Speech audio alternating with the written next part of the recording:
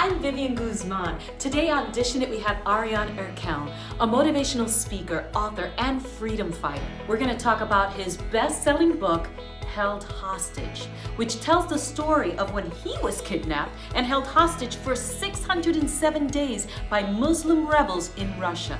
I'm making his favorite comfort food, beef pilaf, which is also called beef plov, which he made even while in captivity. Welcome to Dishin'it.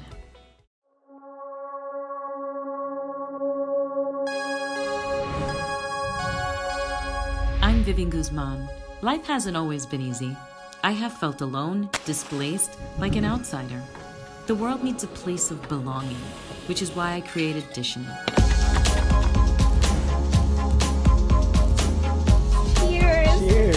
On Dishin'it, I cook foods from around the world. My guests share their stories, and we inspire the world. The reason I save marriages past, present and future is because I want it to be that lovely cute 80-year-old couple that you see still holding hands is the norm.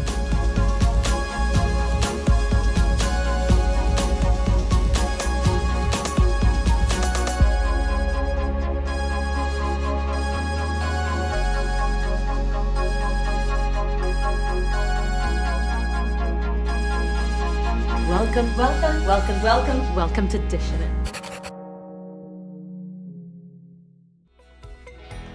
Hi Arjan, welcome to Dishin'it. Hey, thank you, Vivian, for inviting me. I'm already hungry. So, we're gonna make a beef plov. Tell me why you love beef plov. Yeah, I used to work in Tajikistan. It's a very small ex-Soviet republic, and that was my first mission. And they ate it almost 3 times a day. Since then, yeah, I love it. And my wife still cooks it at home. And now I'm so happy that you're cooking it as well. So, you are actually from the Netherlands. Your wife is Russian. You were in Tajikistan, and what were you doing in Tajikistan? I was working with Doctors Without Borders. It was my first mission. I started as a student in Uganda, but then in '98, I moved over to Tajikistan as a logistical manager. It was at the end of the civil war, and we're handing out medicines towards refugees. And it was such an incredible place, beautiful people, beautiful mountains, nice food, and the sound of plov. It also sounds like you eat it, and it it plops in your stomach, so it falls in your stomach. So it plops into your stomach, is what you're saying. Yeah, because it's a nice hearty meal. It's got the beef and the rice pilaf, and it's just together and delicious, and it's like, I'm ready now. Do you know how far back the history of plov goes? It must be thousands of years. No, I don't know. You don't know? Okay. Tell me. I went completely nuts trying to find out, like, where is this from? It actually dates all the way back to Alexander the Great, who was a king in Macedonia in the 600-something BC. From there, it's also found as a comfort food in Russia, and it's like the national dish of both Uzbekistan and Tajikistan. How's that? Okay, now that's nice. Yeah, but it's really important for people in Tajikistan and Uzbekistan. And like you said, all over Russia they eat it now, and if you cook it the right way, it's fantastic. It looks simple, and you think it's just beef with rice and a little bit of carrots, but it's actually quite tasty. It is, and I believe it. So I'm gonna show you how I'm gonna do it, and you tell me if I'm doing it right as we're doing it. How does that sound? I never cook, so I can't really help you. Well, you tell me if it looks good, won't you? Yeah, definitely. I will tell you. Yeah. I know that it is traditionally made in a kazan. Yeah, kazan. Wow, you learned. You're a good student. I'm trying. So this is the next best to a kazan, in my opinion, because the kazan is like this outdoor thing with charcoals underneath, and it's cute. If it doesn't work, you can blame it on the pan. I like it. So I'm gonna put some oil down here, and I'm gonna put the beef in and add some sea salt and black pepper. You were in Dagestan, and you were working for Doctors Without Borders. You actually have a degree in anthropology, and you had a different title. You were a country manager. What is a country manager? As a country manager, of course, you're responsible for the whole team. And our team was supplying medical the medicines and other medical things to hospitals, little clinics in the mountains in Dagestan. Lots of refugees came to Dagestan, which is the border Republic of Chechnya. And so their medical facilities were not enough. And so we came to assist them. Yeah. And then it's about security. It's about contacts with other NGOs, contacts with the government, contacts with all kind of medical institutions. And of course, finance, logistics. And I supervised all that. Basically, the nature of your work just takes you to very dangerous places. Either when there's a big flood or a volcano explosion, or how you call it, or a civil war, and everything breaks down, then yeah, people like the Red Cross, Doctors Without Borders, they come in, the United Nations, they make sure there's a refugee camp. And cue in, that's when you come into the picture. So no natural disasters, no civil war, you're not there with Doctors Without Borders. Yeah, it was a cool job. Another reason I had my fiancée coming from Dagestan. So it was a combination of the career and love. So that's what brought you to Russia. You had love and work. Yeah, the two important things in life. I'm gonna add some onions, and once that cooks down, I'm gonna add the carrots, which I made into little matchsticks. And I know that sounds insane, but I want to keep you involved here with the cooking. True. It seems to me that Tajikistan represents like the most exciting time of your life. Is that true? Yeah, that's true. That was from 1999 till 2001. So I had 20 great months. As an anthropologist, I could make contact with all the people. I learned Russian. I met my girlfriend. And of course, we helped thousands of people. That's awesome. I'm gonna add the carrots. I'm gonna add the paprika. I'm gonna add some beef stock now for the meat to cook itself now with the beef and add to the richness of flavors. So the rice is coming on top soon. That's what's happening. It's doing a good job. I can even smell it here. I love it. Oh my God, I wish you were here, baby. I really do. I would feed you, but I'm gonna show you what it looks like so that you could feel like you are almost here. Wow. You see it? Yeah. It Yeah? looks perfect. So I know you were working with Doctors Without Borders before you got kidnapped, but after you were done, do you continue to work with Doctors Without Borders? No. I stopped. I told myself I never want to work for a boss anymore because 20 months of kidnapping was lots of hassle, people commanding all the time, telling me what to do, and I needed my freedom. So it's also the loyalty towards my family because they had 20 months of misery as well. You know what really strikes me the most about you is that you're the one kidnapped, but yet you're the one worried about how your whole family is doing. And that's such a selfless and noble thing to do. Tell me about your parents. How old were they? How old were you? Yeah, What's going on? I was 32 in 2002. My parents were 63, both of them. I have two brothers, one sister. Of course, they already asked me, why do you have to go to Chechnya, to Dagestan? It's really dangerous and lots of kidnappings taking place. Why don't you go back to Sierra Leone or Tajikistan where you had a good time? No, so they were retired, living a nice life. They moved to the countryside in a very big house. So they thought our future, our children will get married, get children, will be grandfathers and grandmother. Then it went wrong. Like some people say, for my father, it became his new job to get me out. He made so much contact with all kind of political leaders, with the Pope, with Gorbachev, the former leader of the Soviet Union. My mother made sure that she took care of the whole family, but they never dared to go out of their houses. They always wanted to have the telephone next to them. And of course, they also felt like, do we do enough? Because time was ticking away, and the longer it takes, the smaller the chances that I will survive. So they really felt miserable, and they couldn't talk for more than 5 minutes about another issue or topic. They were consumed with saving you. You know, what you lived was, I'm getting chills all over, but what you lived was like something out of a movie, man. This doesn't happen to people, like anybody that one knows. Yeah, and really a bad movie without an ending. I'm gonna add the bay leaf, sorry. And the rice right now, so I'll show you. So I guess that's part of what kept you with hope, right? Just dreaming about being back with your family and also meeting and reuniting with your fiancée. Yeah, because I knew they were fighting for me.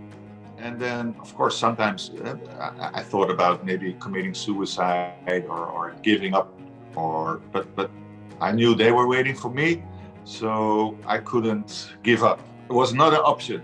I had to win because they were fighting for me, so I had to fight for them also.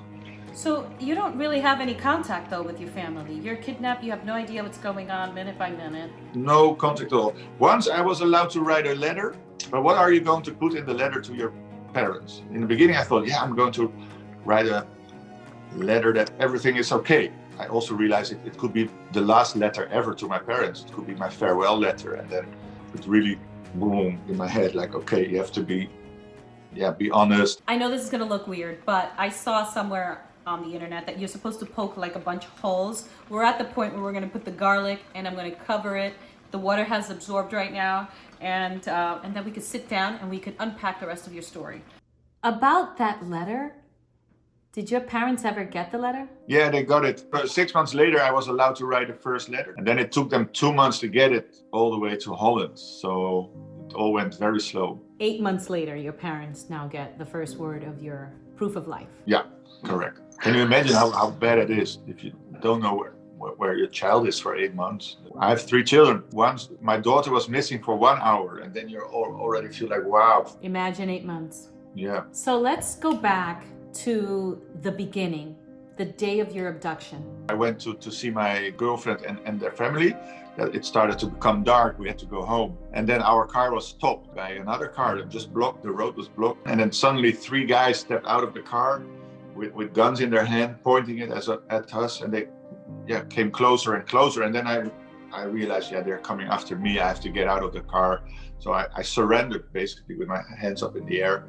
And then a 4th guy, he hit me here with something hard, I think the backside of a gun. So I fell on the ground, and then they beat me up really, for my feeling, at least two minutes. Yes, I was laying there thinking they were killing me. I started to bleed. I broke a finger. I don't know if you see it, it's still a bit crooked. Ooh, your middle finger, yeah. And then they dragged me into the car, bleeding, full of pain and misery. And I had to sit at the back seat in between 2 guys, and then they put a gun here and a gun on my chest, and it was like, wow, the most scary moment in my life, and what's going to happen, and why did I come to Chechnya? Why did I come to Dagestan?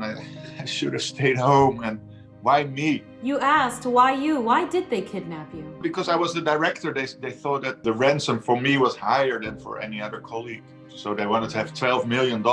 But I said it's way too much. I told them one should be enough. And then they lowered till 5. But at the end, they got 1. So I think at the end, after 20 months, 1 million was paid. Wow, that's insane. What happens now? They said, okay, we didn't want to kidnap you yet. I said, okay, well, where are we going? And we don't have a house. We will just go somewhere in the forest. So we end up somewhere in the hills, a bit further out of town. And then they tied me up. They said, if you escape or try to escape, we will kill you. I had some training, like how to behave when you're just kidnapped.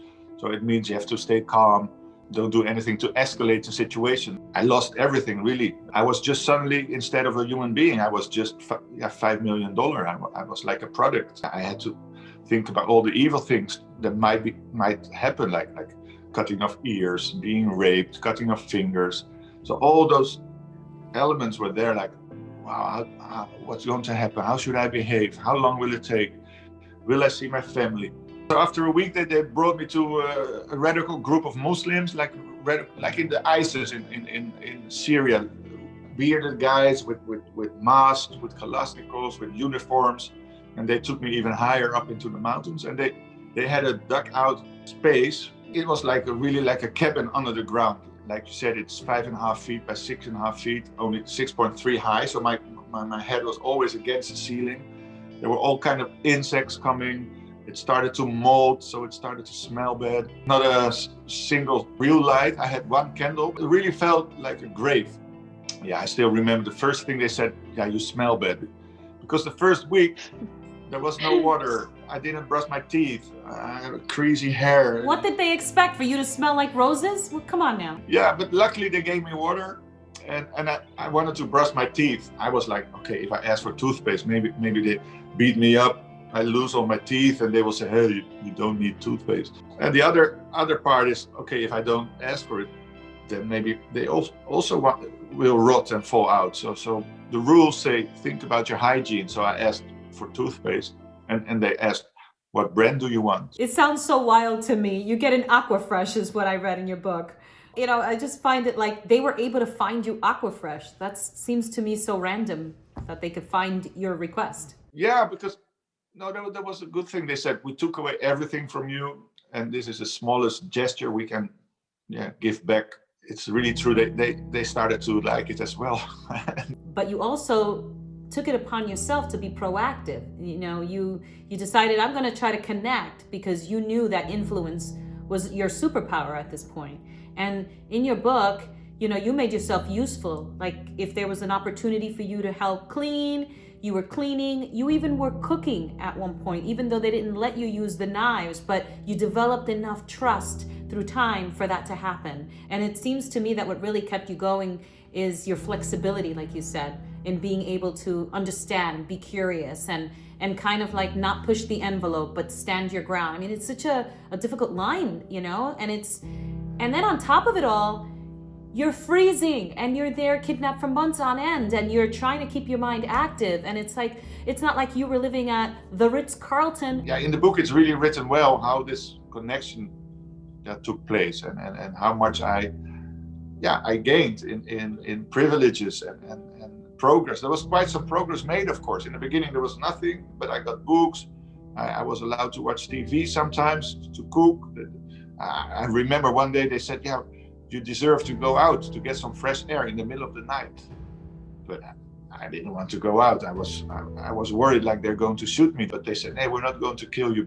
Really, really trust us. And from that moment, every day they took me out for 30 minutes. And that's how I also gained trust and get to know them better. But as bad as situations were, which, by the way, that is like the worst thing that could ever happen to a human, you make it sound like it almost isn't the worst of fates. So you must know more stories of people who didn't do so well while being hostage, because it seems to me that you kind of respected the circumstances that you were in. Of course, I also had my moments of sadness and everything. I was crying a lot. I was not always in balance, of course. I needed positive thinking to make it through the dark times. I also understood they're afraid of me. They say, no, you're a spy and you can kill us any moment. Yeah, they also wanted to box with me, which was also really scary, because who wants to fight with your kidnappers? We didn't have gloves. And of course, I'm not Mike Tyson, but I can fight a little bit.